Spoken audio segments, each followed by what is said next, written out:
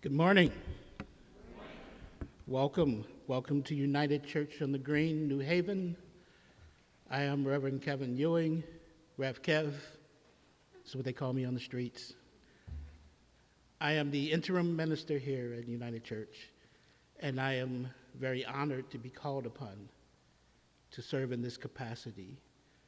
A celebration of life, a memorial, an opportunity for us to come together and share stories and share memories and share thoughts and share with each other the grief we feel, the love we felt for the life of Barbara Ann Titley.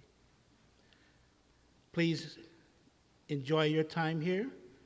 I know I say enjoy at a service about someone who has passed away, but we're here together, and together we are to hold each other up throughout this service and throughout the rest of our lives. Hold each other up.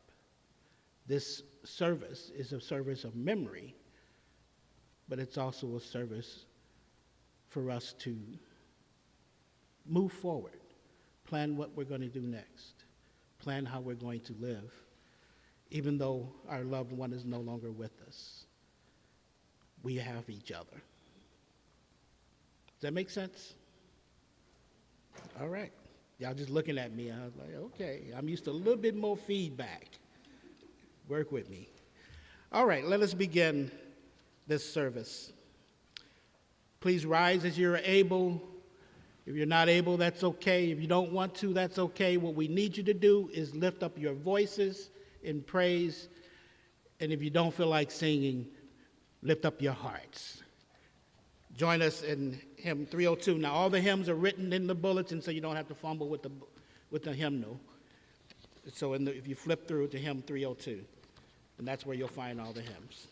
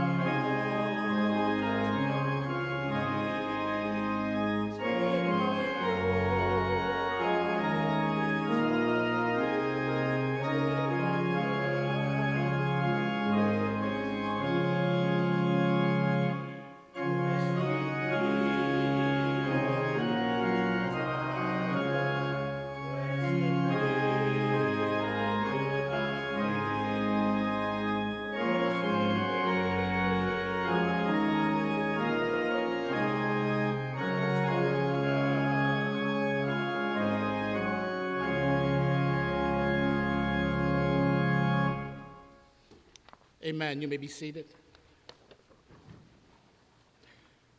Scripture reading by Kenneth, Ecclesiastes 3, 1 through 8.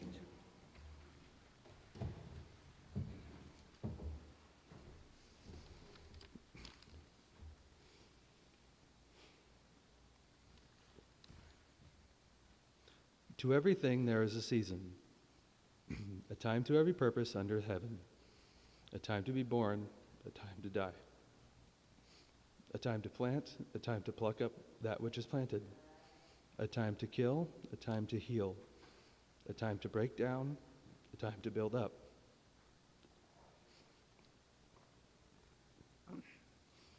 a time to weep, a time to laugh, a time to mourn, and a time to dance, a time to cast away stones, a time to gather stones together, a time to embrace, a time to refrain from embracing, a time to get and a time to lose, a time to keep, a time to cast away, a time to rend, a time to sow, a time to keep silent, a time to speak, a time to love and a time to hate, a time of war and a time of peace.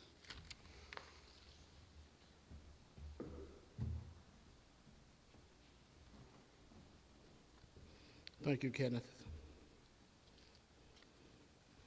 There's a time for everything.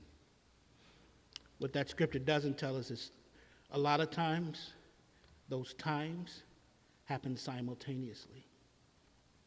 We're in one of those times now. Please, let's read together the Psalm, the 23rd Psalm. The Lord is my shepherd, I shall not want. He maketh me to lie down in green pastures. He leadeth me beside the still waters. He restoreth my soul. He leadeth me in the paths of righteousness for his name's sake. Yea, though I walk through the valley of the shadow of death, I will fear no evil, for thou art with me. Thy rod and thy staff, they comfort me. Thou preparest a table before me in the presence of mine enemies. Thou anointest my head with oil. My cup runneth over. Surely goodness and mercy shall follow me all the days of my life, and I will dwell in the house of the Lord forever. Amen.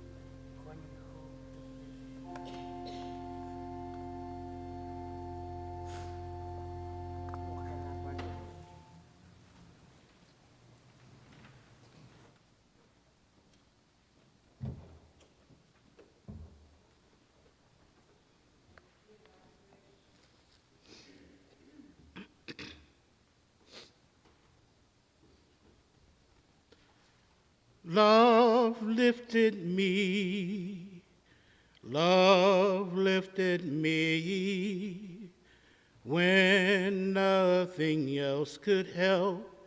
Love lifted me, love lifted me, Love lifted me when nothing else could help. Love lifted me. Speak, Lord, for we, your people, are listening.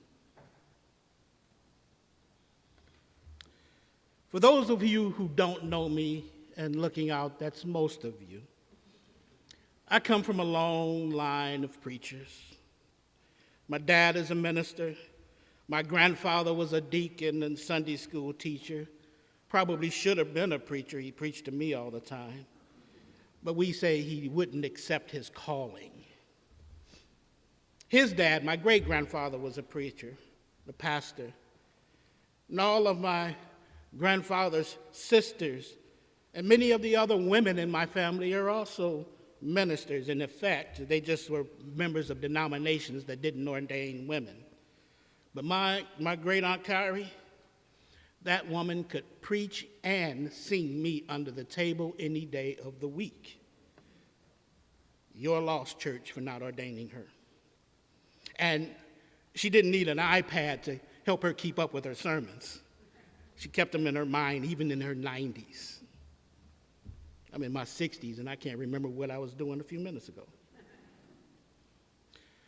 For years, I accompanied my father as he was called to speak at funerals like this. And I would ask him if he knew the person he was going to go talk about. A lot of times he said no, he didn't. And then he would get up in front of that crowd and say these wonderfully moving things at the service. I was so amazed. So one time I asked him how he did it. How could he say such wonderful things about a person he never knew? He said, I listened to what the folks who invited me here to minister them say about that person. You can tell what kind of a person they were by how they're talked about after they're gone. And I said, but you know folks are always going to be faking it. It's taboo to speak ill of the dead, right? Folks are always going to find something nice to say, even if the person was evil. My dad responded, no, son, you don't pay attention to their words. They use more than just their words when they're telling the story. You got to pay attention and listen to what they're saying. You know, if you say it twice, it has more emphasis. So it's not just what they're saying, it's what they're saying.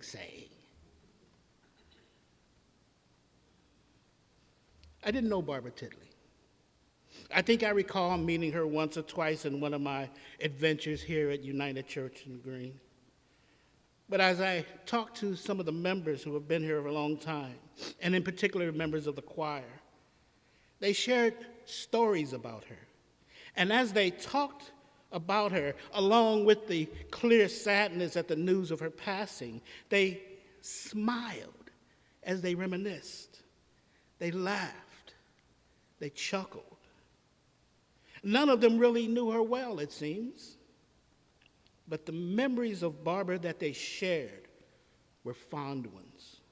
And whenever I talked to Dennis and Catherine, even as they held back their tears, you could tell that Barbara Titley was a person who was loved. Over the last year or so that I've been here this time, they've shared their struggles with their care as they had to change their plans to be there for Barbara when she needed them. And it was clear to me that they were tired. You could tell, though, that they didn't do it out of duty. They did it because they loved Barbara. That and they were the closest. And that suggests to me that Barbara must have been a loving person. You don't show someone that kind of love unless they are loving and lovely. It never happens. So Though I didn't personally know Barbara, what I can tell you is that she was and is loved. I can see it in your faces now. Barbara is loved. In every story that someone shared with me about their time with her, I could feel in those stories their love. Now, I'll be honest with you. I couldn't repeat any of the stories they told me.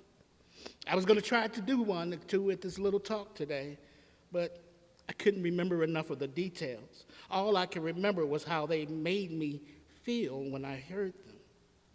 Even here today, as we were standing in the narthex and waiting to come in, some of the stories you shared, I could feel what was going on in their stories. And that's when I recalled what my dad said all those years ago. It wasn't the words they were using in the stories. No, not just that. What I heard was the love. The love I felt didn't come from what they said. The feelings came from how they said it and the energy they projected when they shared stories about her. When you share stories about her. What I felt, what I feel is love. Which is what this is all about, love. And to be clear, this that I'm talking about in that statement, it refers to this memorial service, this service of remembrance, but it also refers to life in general. It's all about love. The greatest commandment, the one that Jesus said everything else in our faith boils down to, is love. Love. I believe that the Easter story, the story of the resurrection of Christ, is simple. They tried to kill love. They thought they did, but love got up. You'll hear me say this at every one of these type of services I do, and in my Easter sermon, and even though you're going to hear it now, you still got to show up Easter. There's more. Love can't die. Think about it.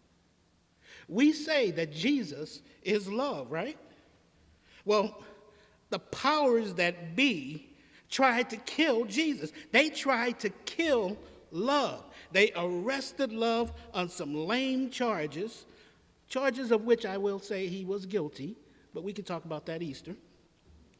Put love on trial in a corrupt court. Tried to torture a confession out of him.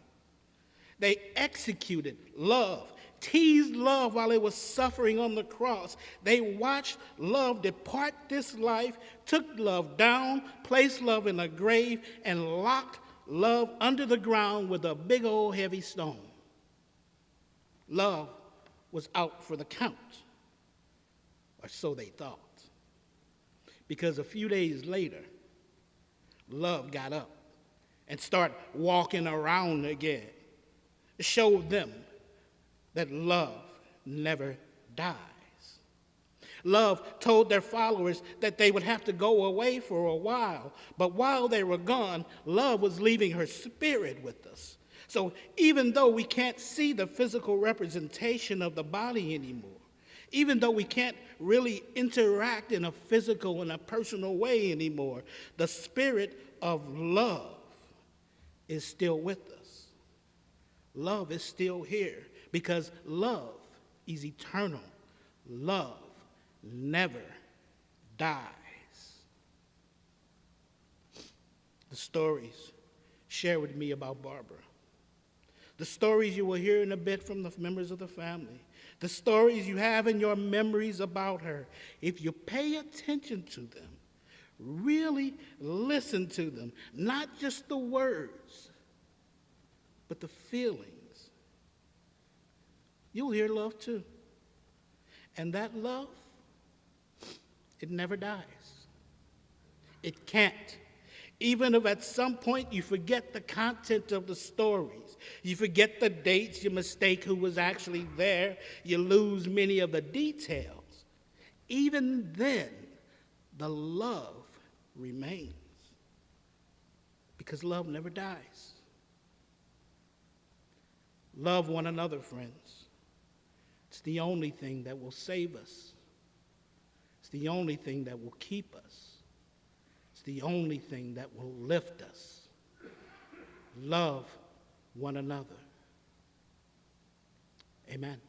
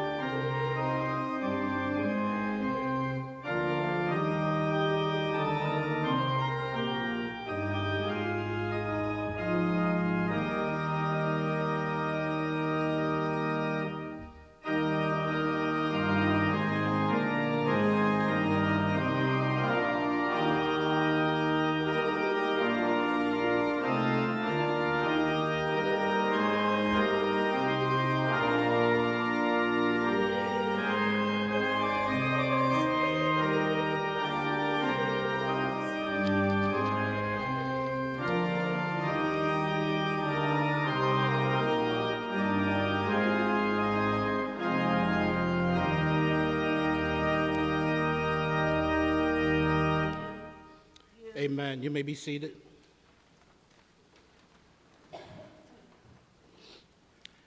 And now let's hear some of those stories. As three members of the family come forward to share, and just come in the order listed and stay until you're finished.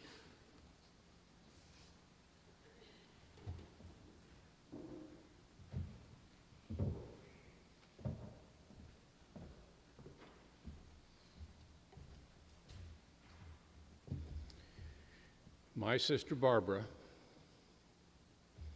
someone who brought so much happiness and good cheer to everybody she knew. I can remember when we were young kids traveling to Cape Cod on our summer vacation. Barbara wouldn't come out of the water. She loved swimming and splashing around. She had a lot of fun. Then later on, growing up, we would travel out to Pennsylvania to visit relatives. Later on, as she grew up and we moved, my wife and I lived in California, Barbara would come out and visit us. 4 different times she flew out to the West Coast. She enjoyed traveling with my mother one time, the first time she came out. She made friends instantly with some of our neighbors and some of our good friends. She had a way of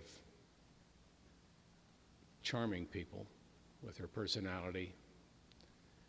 She was a lot of fun.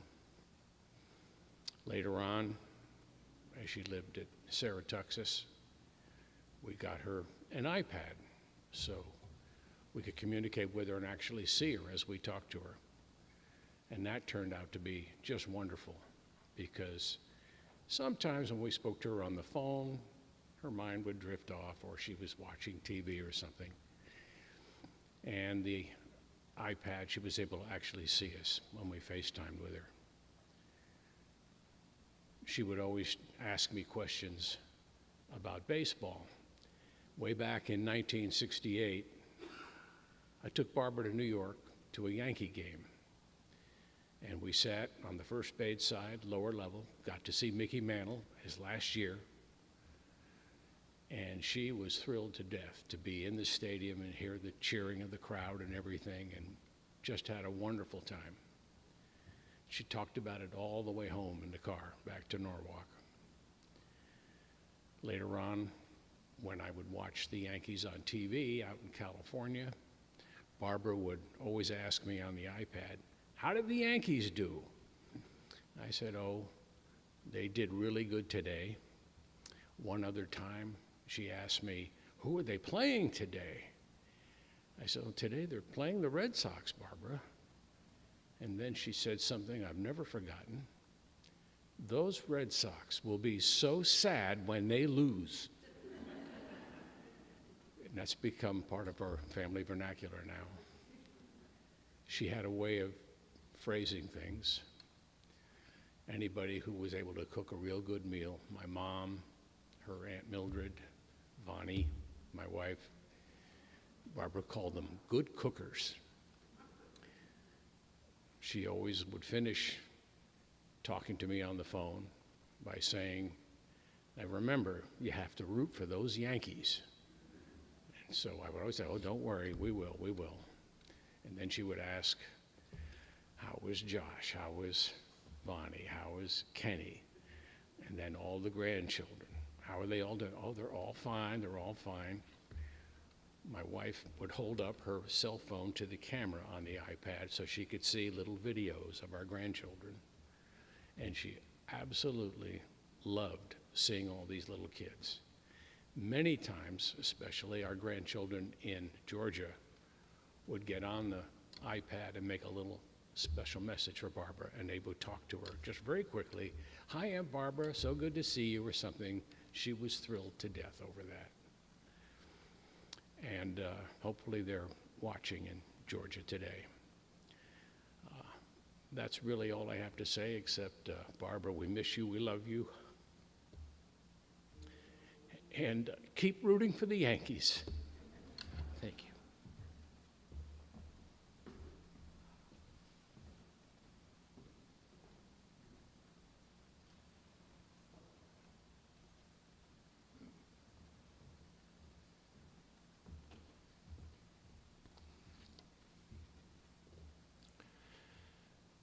Hello, everyone.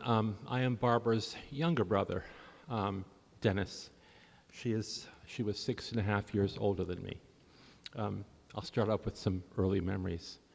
Of the 3 kids that occupied 10 Midrocks Drive in Norwalk in the 50s and early 60s, Barbara was the only girl, so that meant she got her own bedroom.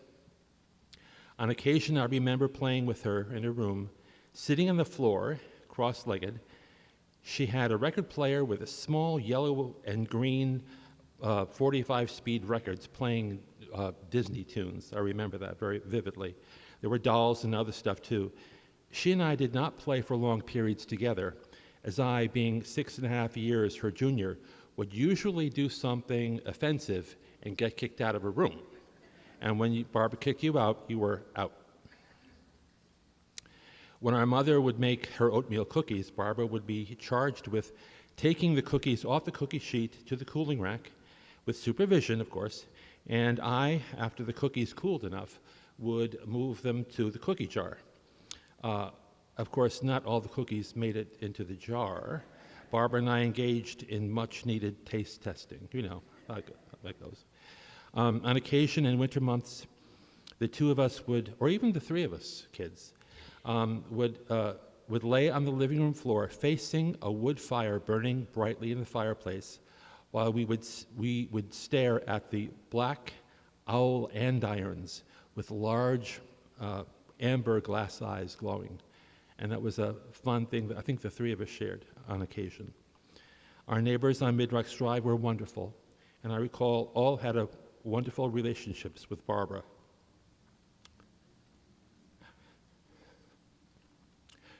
Apart from the happy early memories, and there were others, I did not really interact much with Barbara. However, when our family moved to Switzerland, I took much more notice of her.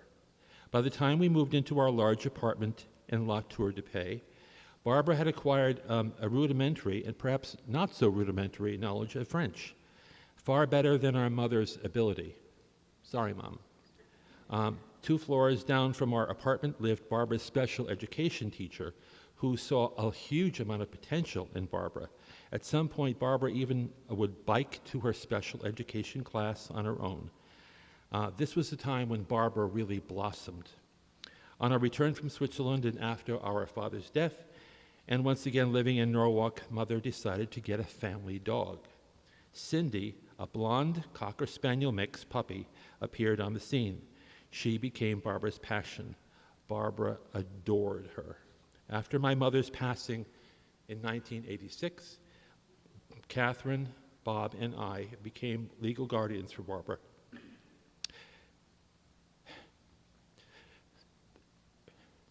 This was a tough time for her, as the impact of her losing her mother hit her very hard and very deep. Thanks to the staff at Star Incorporated at that time, and to the careful and loving ministrations of our Aunt Mildred, Barbara made the shift to living under the auspices of Star, a housing and vocational support organization in Norwalk for those with intellectual disabilities.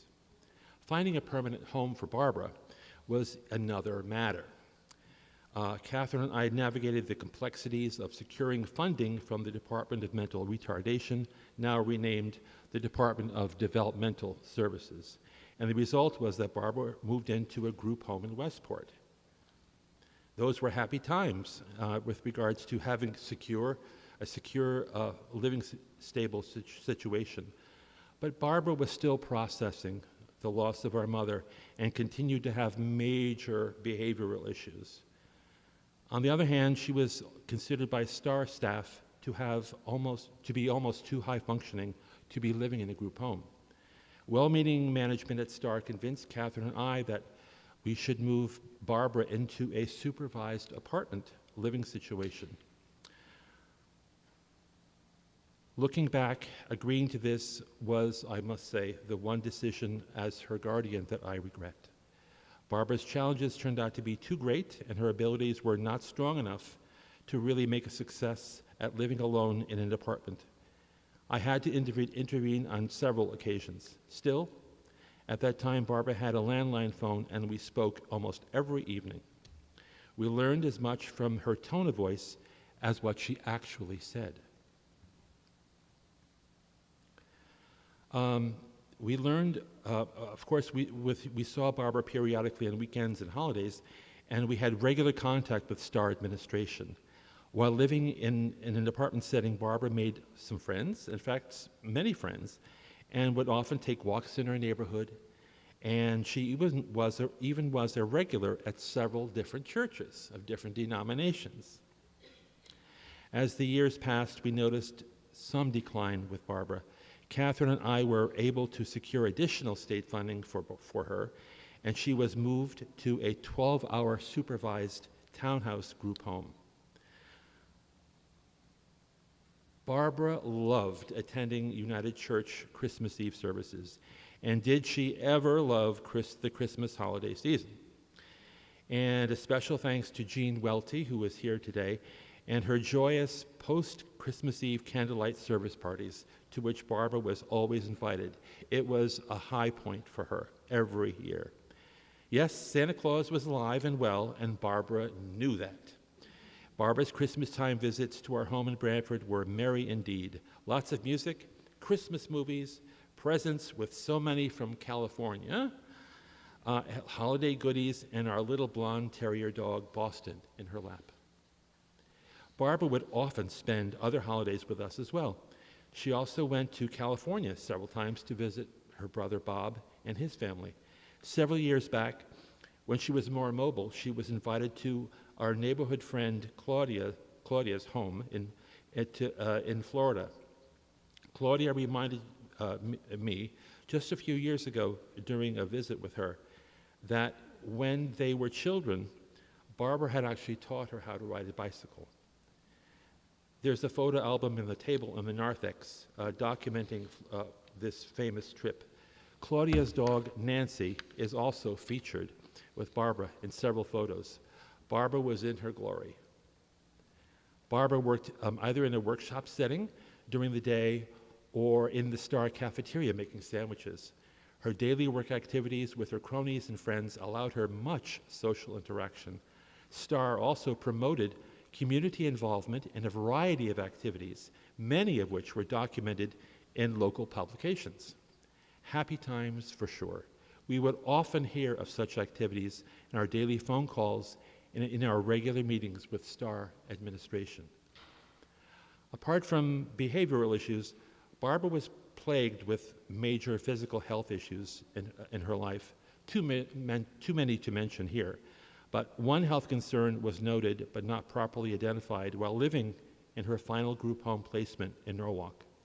This undiagnosed medical issue made it impossible for her to continue to live in a multi-level housing unit.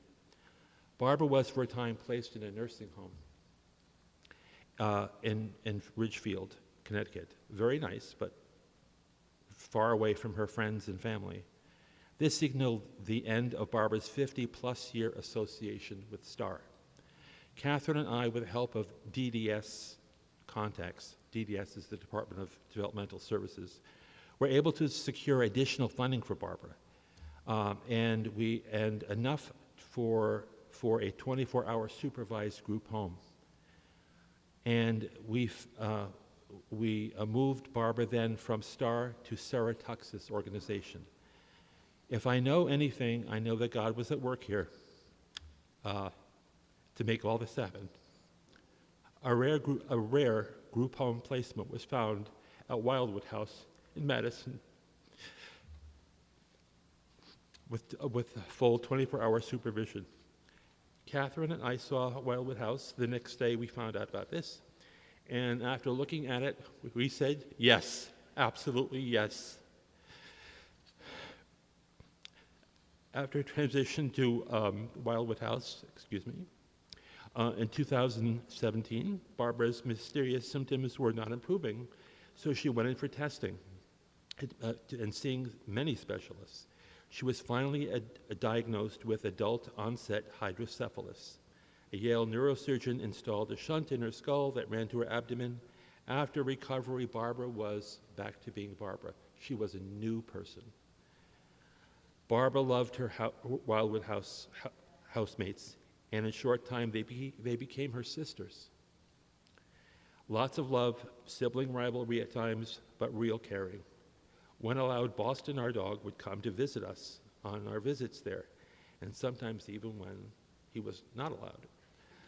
Barbara attended a day program in Westbrook, which she absolutely loved. In terms of living situations, I think Barbara was at her happiest at Wildwood House. It was the happiest time of her life. Barbara had her room painted pink, and she loved being in her pink room. Mostly she would want our visits to be in her room, which had a French door looking out into the wooded backyard. She loved receiving mail and postcards from family, many of which were put up on her bulletin board. She had so many, we would at times switch them out so she could look at the more recently received ones. There were stacks of them in her drawers when we moved them out, possibly hundreds from family and friends. Our postcards from Maine were usually of animals. She had lots of moose postcards, and this prompted me to develop a long-running story about Fred the moose. The saga of Fred made Barbara laugh as she considered what she would do if Fred came knocking at her back door. Would she let him in? What would she feed him? Would she take him for a walk? What would she do? She and I both had a lot of fun with this storyline over the last few years. Fred was referred to in many postcards from Maine. Since she loved pink so much, today we honor her with pink flowers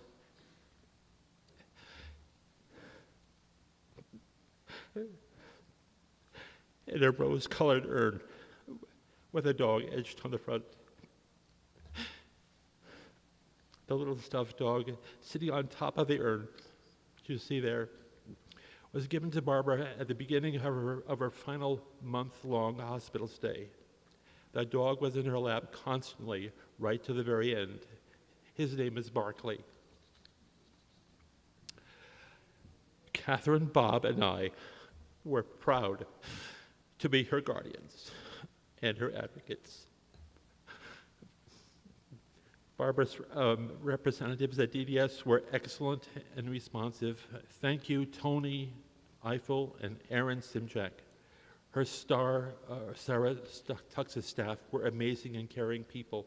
Thank you, Lauren, Ashley, Deb, who is here today, and Allie.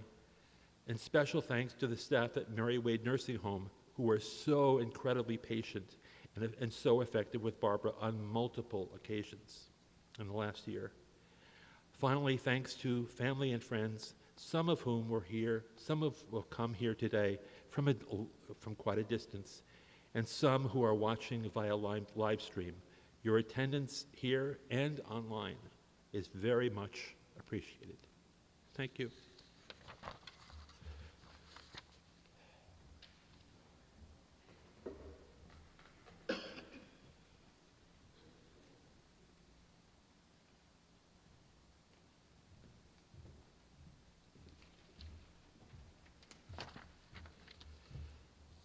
Hello. I'm another one of her nephews. To tell you a little bit about Barbara and how it was like when I was a kid. She would frequently come to stay with us during the holidays, and we always had to be very clean when she would come. Well, I should say more uncluttered, because we'd make sure everything's clean, but she would like things to be uncluttered, no loose things around. We always had to be very careful, because there were times when she would come and she would see loose things, she would put them away where it would make sense to her. Not so easy when we're trying to find things. My mom once found her car keys in the linen closet. That was hard to do. That was hard for her. Like another time, we found a box of tea in with all the cooking utensils. You just find random things put. It was fun. It was interesting, but it was always a challenge. But she sure loved to come, and she loved to play with our dog. Like first it was Loki, and then later on Boston. She loved them. She loved to be with them, and they did well. Our dogs, she always used to talk about Cindy, and we always had an ornament, a little golden, Christmas tree. A green tree with a little golden locket thing, and there was a picture of Cindy, and Barbara always had to make sure that was on our Christmas tree when she came. Always had to point it out to her. That was very important to her. She would call many times, at least generally once a day, not for very long, but always to speak, mostly to my parents, also to the dog. And on Thursdays when she would call, my parents happened to be at choir rehearsal. It frequently happens for church singers. So she would call and say, "Hey, Christopher." I said, "Hello." And she'd say, and would she ask about me or how my day was? Nah. She'd say, "How's the dog there?" So I'd hold it. "Yes, Barbara, their dog." So she said, "Can I speak to Boston?" Fine. I hold the phone out and I hear her chatting with the dog for a few minutes. And she says, "Okay, goodbye." And then I hang up. That was Barbara. She loved her animals. She'd talk with me once in a while, but mostly it was always the animals. Now, I'm happy she's at peace and she's up there with Cindy and Loki and Boston, and I hope she can be with all the other animals she's known throughout her life, enjoying her time. Goodbye, Barbara.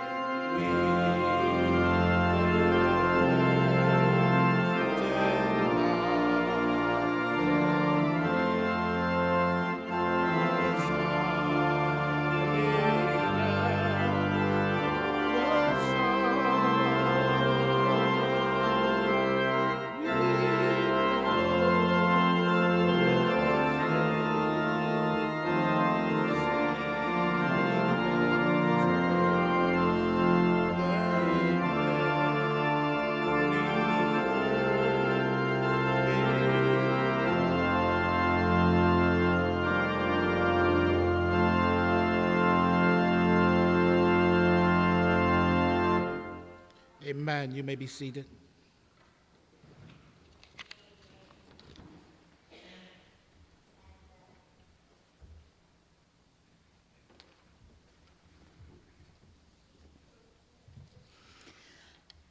Instead of having to try to come up with memories, I took the words of Sir Rabindranath Tagore, who's a favorite poet of mine.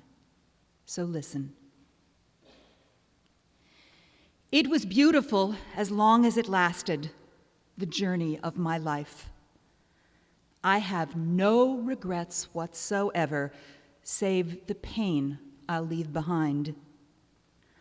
Those dear hearts who love and care, and the strings pulling at the heart and soul. The strong arms that held me up when my own strength let me down. At every turning of my life, I came across good friends. Friends who stood by me, even when the time raced me by. Farewell. Farewell, my friends. I smile and bid you goodbye. No, shed no tears, for I need them not. All I need is your smile. If you feel sad, do think of me, for that's what I'll like. When you live in the hearts of those you love, remember, then you never die. And because this is a service of joy, a time to remember Barbara's smile, we've talked about her love of animals, her love of her family, and her Wildwood family, everybody. Barbara also loved music. And anyone who ever knew her knew that. If you asked Barbara to sing, she would always oblige. And she always sang the same song, which you have in front of you. She sang, "You Are My Sunshine." Not only did she sing it, but if you've ever seen her sing it, she ended it appropriately with a grand gesture of her arms. Somewhere I have a couple of videos of her doing that. And engraved on the urn, under her name and the dates of her life, we have, "You are our sunshine," because she was. And so I'd like you all to join with me and sing "You Are My Sunshine" and smile for her, because wherever she is, she's smiling for us.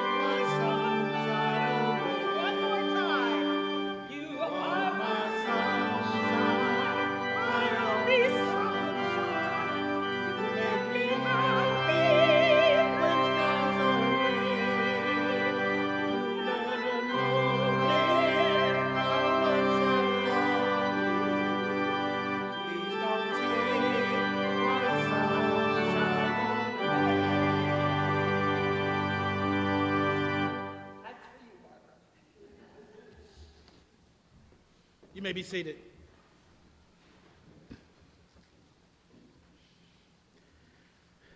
Cool thing about the sun, it always shines. Even when we can't see it, the sun is still shining. It's kind of like love. They're all in there together. Sun always shines, and love never goes out.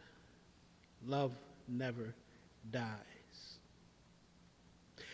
So, remember the smiles, remember the laughter, remember the joy. It's going to hurt. There will be tears. I wish I had a solution, but I don't. I don't even know Barbara, and I'm tired. I'm misty because I can feel the love.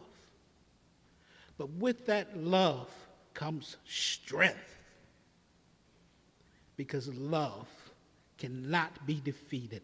Love never dies. So as you leave this place today,